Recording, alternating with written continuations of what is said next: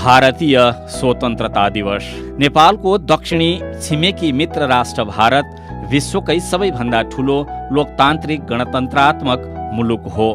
भारत सन् 1947 अगस्त 15 मा बेलायती उपनिवेशबाट स्वतन्त्र भएको हो।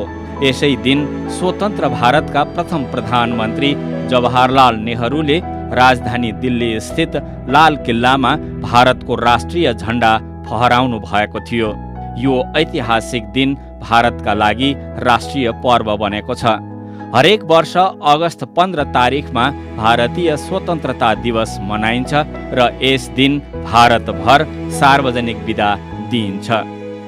हिमालय पर्वतबाट बग्ने गङ्गाको मैदानमा रहेको उर्वर भूमिको उत्पादनलाई आर्थिक स्रोत बनाउन तत्कालीन बेलायती साम्राज्यले 17औं शताब्दीमा भारतमा पाइला टेक्यो। इस्ट इन्डिया कम्पनीको नाउँमा भारत पसेको बेलायतले आफ्नो सैन्य बल प्रयोग गरी 18औं शताब्दीको अन्त्यसम्ममा सम्पूर्ण भारत वा इन्डियालाई नियन्त्रणमा लियो। त्यतिखेर वर्तमान पाकिस्तान र बङ्गलादेश पनि भारतभित्रै थिए। त्यस क्रममा भारतीय स्वतन्त्रताको स्वर नउठेको होइन।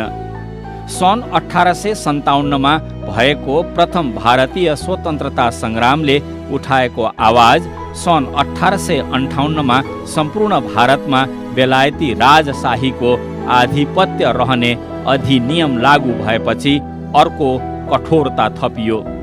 तापनि नागरिक समाजमा भारतीय स्वतन्त्रताको जागरण फैलिन थाल्यो र 1885 मा भारतीय राष्ट्रिय कङ्ग्रेसको गठनपछि स्वतन्त्र भारतका लागि सुभाष चन्द्र बोस, महात्मा गान्धी लगायतका नेताले अहिंसात्मक प्रदर्शन र नागरिक अवज्ञाको माध्यमबाट स्वतन्त्रता सङ्ग्राम सुरु गरे।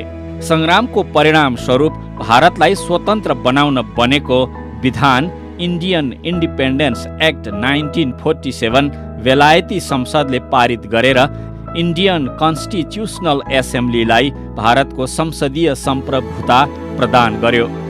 भारतले सङ्क्रमणकाल पार गरेर संविधान जारी नगर्दासम्म बेलायती राजा जर्ज छैठौँ नै भारतका राष्ट्र प्रमुख थिए। बेलायती संसदले भारतीय स्वतन्त्रता अधिनियम 15 अगस्त सन् 1947 मा पारित गर्नुका साथै धार्मिक आधारमा समग्र भारतलाई वर्तमान बङ्गलादेश सहितको पाकिस्तान र भारत गरी दुई देशमा विभाजित गरिदियो। विशाल भारत विभाजित भएपछि लाखौं मानिस विस्थापित भए। यो विभाजन मानव इतिहासमै ठुलो विस्थापनको कारण बन्यो।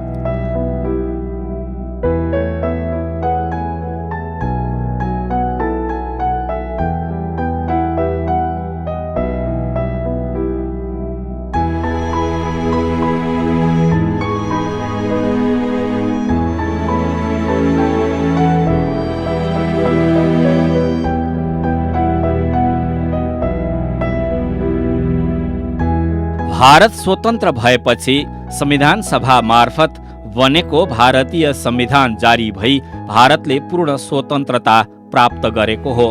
स्वतन्त्रतापछि भारतीय नागरिक राजेन्द्र प्रसाद गणतन्त्र भारतका प्रथम राष्ट्रपति र जवाहरलाल नेहरू प्रथम प्रधानमन्त्री हुनुभएको थियो। स्वतन्त्रता प्राप्तिपछि सन् 1947 अगस्त 15 तारिखको रातमा प्रधानमन्त्री नेहरूले आफूहरूले गरेको वाचा सकेसम्म पुरा गरेको बताउँदै आधी रातमा जब दुनियाँ सुतिरहेको छ तर भारत जीवन र स्वतन्त्रताका लागि जागिरहेको छ भन्दै नियति से वादा ट्रिस्ट विथ डेस्टिनी नामक भाषण गर्नुभएको थियो। यो मन्तव्य भारतीय इतिहासमा महत्त्वपूर्ण मानिन्छ। सोही ऐतिहासिक घडीको गौरवगान गरी भारतीय जनताले हरेक वर्ष यस दिन स्वतन्त्रता दिवस मनाउँछन्।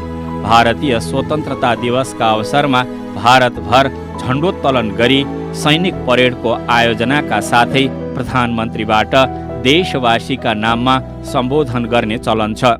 मेरे प्यारे देशवासियों, आजादी के इस पावन पर्व की सभी देशवासियों को बधाई और बहुत बहुत शुभकामनाएं। स्वतन्त्रता दिवसका अवसरमा विभिन्न उत्सव र आपसी मेलमिलापका कार्यक्रम आयोजना गरी भारतीय जनतामा खुसियाली र देशभक्ति जगाउने गरिन्छ।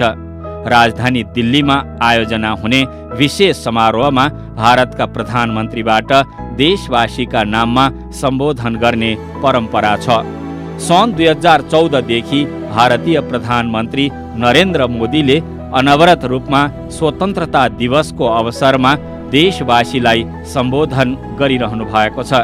स्वतन्त्रता दिवसको विशेष सम्बोधनमा प्रधानमन्त्री मोदीले भारतीय युवालाई देशका लागि समर्पित हुन र आत्मनिर्भर भई विश्वमा भारतीय प्रतिष्ठा उच्च राखी समृद्ध भारत बनाउन आह्वान गर्दै आउनु भएको छ। भारतीय जनताले पनि राष्ट्रिय सम्बोधनलाई आत्मसात गरी राष्ट्र सेवा गरिरहेका छन्। नेपाली र भारतीय जनता बीच उस्तै जीवनशैली छ, समान संस्कृति छ, पढ्ने प्राचीन ग्रन्थहरू एकै छन्, ज्ञान विज्ञानका स्रोतहरू साझा छन्। दुवै देशका जनता एक अर्काका तीर्थस्थल र धामप्रति उत्तिकै श्रद्धापूर्वक धार्मिक यात्रा गर्छन्। जनस्तरमा दुवै देश बीच सम्बन्धका जरा निकै गहिरिएका छन्। इतिहासले पनि यकिन गर्न नसक्ने गरी नेपाल र भारतका जनताको नाता गाँसिएको छ। भारतीय जनताको आजादी बहाल भएको महान ऐतिहासिक पर्व स्वतन्त्रता दिवसको हर्षपूर्ण घडीमा जनता टेलिभिजन परिवार सारा भारतीय मित्रहरूमा बधाई शुभकामना व्यक्त गर्दछ।